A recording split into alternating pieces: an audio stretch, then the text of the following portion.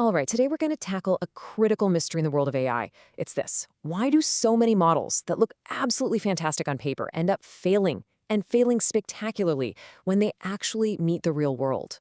You see this happen all the time. And honestly, it's an incredibly dangerous problem. A model gets the all clear after validation, passes all the tests, but then in deployment where it really matters, it just completely tanks. So why does this keep happening over and over again? I mean, just look at this. It's a classic story.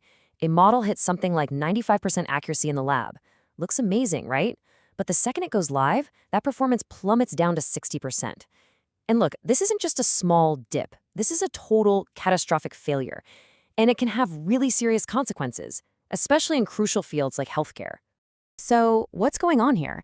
To figure it out, we need to investigate the standard alibi that everyone uses for a model's reliability. It's a technique called cross-validation. And for a long time, it's been the go-to method for checking if a model is actually ready for prime time. What's really interesting is that cross-validation is one of the very first things data scientists learn.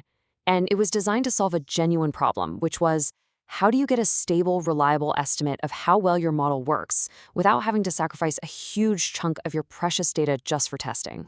And on the surface, the process looks pretty solid, right? You split your data into, let's say, 5 different sections, or folds. Then you train the model on 4 of those folds and test it on the one you held out. Then you just rotate which fold is the test set, and you repeat the whole thing until every single fold has had a turn being the test data. It's a way to get a nice stable average of your model's performance.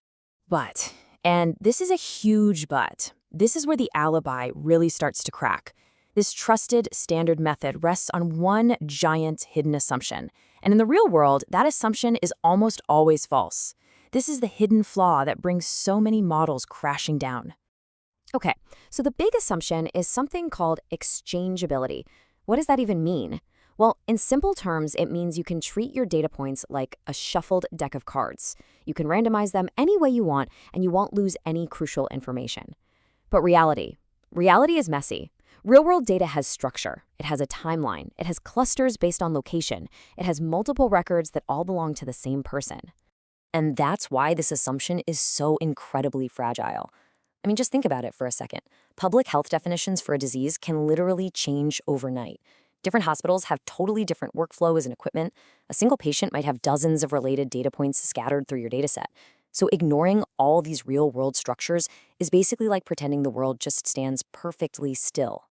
So when we ignore all this built-in structure and we just randomly shuffle our data for cross-validation, well, we basically swing the door wide open for the real culprit behind all these spectacular model failures, something called data leakage. And here it is. This is the smoking gun. Leakage is when information from your test set, data that the model should never have seen before, improperly leaks into the training process.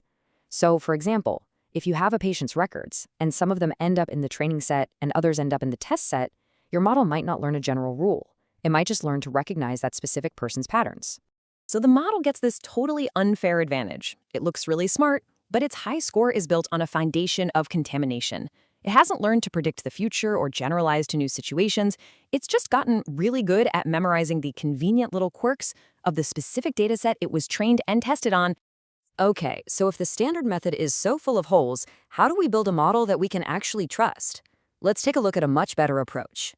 The secret, the absolute key, is to make your validation strategy match your real-world deployment setting. So if you're trying to predict future events, you should train on data from the past and test on data from the future. If your model will be used in multiple hospitals, you train it on one set of hospitals and then test it on a completely new set that it has never seen before. You see, real validation goes way deeper. It means you have to split your data at the person level, not just the individual record level. It means you have to stress test your model under changing conditions to see if it breaks.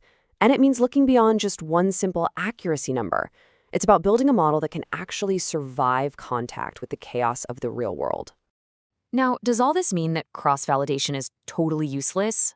No, not at all. But we have to be smart about it. We have to understand its proper role. It's a specific tool for a specific job, and it's not a universal stamp of approval. It's an awesome tool to use during the development process, especially for comparing different models or for tuning their parameters. Think of it like a scrimmage in football. It's fantastic for practice, for getting better, for iterating, but it is not the Super Bowl. It is a tool for development, not a shortcut to earning trust. So, at the end of the day, it really all boils down to this one simple question we have to ask ourselves. Because when we use a validation method that doesn't reflect reality, we aren't actually testing our model's ability to perform. We're just testing it in a fantasy version of the world it's supposed to work in. Answering this question honestly, that's how we move from building models that just look good to building models that actually do good. Hey, if you found this breakdown on AI validation useful, do us a favor and hit that like button, leave a comment, and subscribe for more deep dives into topics just like this one.